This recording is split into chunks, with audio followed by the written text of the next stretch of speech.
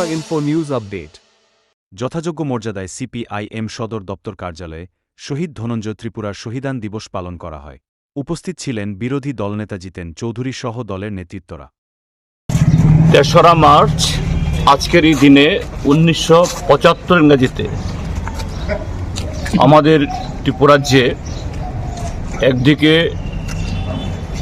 শতাব্দীর কাল ধরে ত্রিপুরাজ্যের রাজপরিবারে ত্রিপুরাজ্যের তৎকালীন শাসক দল যারা লাগাতার ৩০ বছর শাসন করেছিল তাদের কাছে অবহেলিত এই ককবরক ভাষার সরকারি স্বীকৃতির দাবিতে তৎসহ আরও ৩ দফা দাবি, মোট ৪ দফা দাবি, যে এডিসি গঠনের দাবি, বেআইনি হস্তান্তর জমি ফেরতের দাবি এবং সুকুমার সেনগুপ্তের সরকার তখন যে ত্রিপুরার যে ট্রাইবাল রিজার্ভ এটাকে তুলে দিয়ে একটা কালো অর্ডিন্যান্স জারি করেছিল, সেই অর্ডিন্যান্স প্রত্যাহারের দাবি, এই ৪ দফা দাবিতে সারা ত্রিপুরাজ্যে উত্তাল হয়েছিল।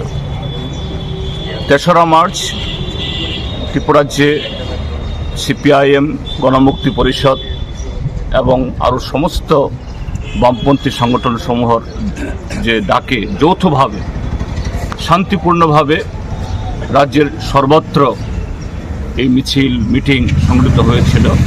এরকম একটা মিছিল করতে গিয়ে তৎকালীন অবিভক্ত দক্ষিণ ত্রিপুরার এই বিলোনিয়া মহকুমার শান্তির এই জোলাইবাড়িতে, এখন শান্তিরবাজার মহকুমার অধীন, সেখানে যখন একটা তহসিল কাছারিতে তহসিলদারের কাছে তাদের স্মারকপত্র জমা দিতে যাবেন, তখনকার যে শাসক দল কংগ্রেস, তাদের প্ররোচনায় পুলিশ এই শান্তিপূর্ণ মিছিলের উপরে নির্বিচারে গুলি চালায়। সেই গুলিতে এই তখনকার আমাদের যুব আন্দোলনের একজন তরতাজা নেতৃত্ব ধনঞ্জয় ত্রিপুরা সেখানে লুটিয়ে পড়েন এবং আরও বহু কমরেড, তারা শুধু ট্রাইবেল ছিলেন না, ট্রাইবেল নন ট্রাইবেল সকলে মিলে এই আন্দোলনে ছিলেন। তারা প্রায় ডজনখানেক এরকম তারা গুরুতর আহত হন। এইভাবেই যে ককবরক আন্দোলন এবং ষষ্ঠ তফসিলের জন্য এডিসির জন্য আন্দোলন তেজি হয়ে ওঠে এবং সে আন্দোলনে বিকশিত হয়ে ১৯৭৮ ইংরেজিতে বামফ্রন্ট সরকার এবং তার হাত ধরে ১৯৭৯ ইংরেজিতে ককবরক ভাষা, যা ১৪০০ বছর ত্রিপুরার রাজারা এটাকে আমল দেয়নি, ৩০ বছর কংগ্রেস শাসন এটাকে কোনো ধরনের মর্যাদা দেয়নি, এই ককবরক ত্রিপুরাজ্যের অন্যতম সরকারি ভাষা হিসাবে স্বীকৃতি লাভ করেছে। আজকে আমরা কমরেড ধনঞ্জয় ত্রিপুরার এই ৫২তম শহীদান দিবসে যখন সারা ত্রিপুরাজ্যে তাকে স্মরণ করছি, আমরা লক্ষ্য করছি যে এই ভাষার স্বীকৃতি বা হরফের নামে রাজ্যে একটা গোষ্ঠী বা একটা দল আর অপর গোষ্ঠী যারা ত্রিপুরাজ্যের বর্তমান এই শাসক গোষ্ঠীর মধ্যে বড় শরিক ভারতীয় জনতা পার্টি নানাভাবে সেই ৭৫-এর আগের যে তখনকার শাসককুলের যে মানসিকতা, ককবরক ভাষা আবার কি, ককবরক সংস্কৃতি আবার কি, এরকম একটা যে মনোভাবটা দেখে চলেছেন। গত ২০ তারিখে আমাদের রাজ্যে আমাদের দেশের স্বরাষ্ট্রমন্ত্রী অমিত শাহ এসেছেন।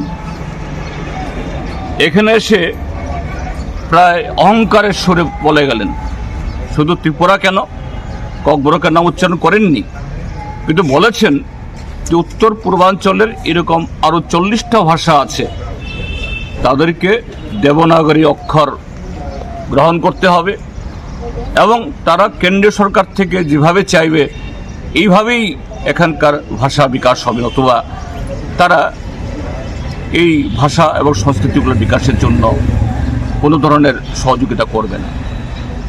তো আজকে আমরা যখন একদিক থেকে কমরেড ধনঞ্জয় ত্রিপুরার স্মৃতিকে স্মরণ করছি, আরেক দিক থেকে ককবরক সরকারি ভাষা হিসেবে স্বীকৃত ঠিকই, কিন্তু যতদিন না এটা ভারতের সংবিধানের ৮ম তফসিলে অন্তর্ভুক্ত না হয়, তার পূর্ণাঙ্গ বিকশিত হওয়া আর অন্যান্য ভাষার সাথে এটা খুব কঠিন। কাজেই সামনে আমাদের আরও লড়াই। আজকে একদিকে আমরা ধনঞ্জয়কে স্মরণ করছি, আরেক দিক থেকে আমাদের সেদিনের যে 4 দফা প্রায় সবটাই প্রাসঙ্গিক। আমাদের এডিসি আদায় হয়েছে, ষষ্ঠ তফসিল আদায় হয়েছে, কিন্তু এডিসিও পূর্ণাঙ্গভাবে ক্ষমতাসীন না। এডিসির হাতে আরও ক্ষমতা, আরও অর্থ, এবং ককবরককে যাতে ৮ম তফসিলে অন্তর্ভুক্ত হয় সে লড়াইয়ের অঙ্গীকারও আমরা নতুন করে সে অঙ্গীকার গ্রহণ করছি, আমরা শপথ গ্রহণ করছি। এইভাবেই সারা ত্রিপুরার যে আজকে দিনটাকে আমরা স্মরণ করব। কমরেড ধনঞ্জয় ত্রিপুরা, অমর রটে। To Tripura Info and press the bell icon so that you never miss any latest updates and news on Tripura.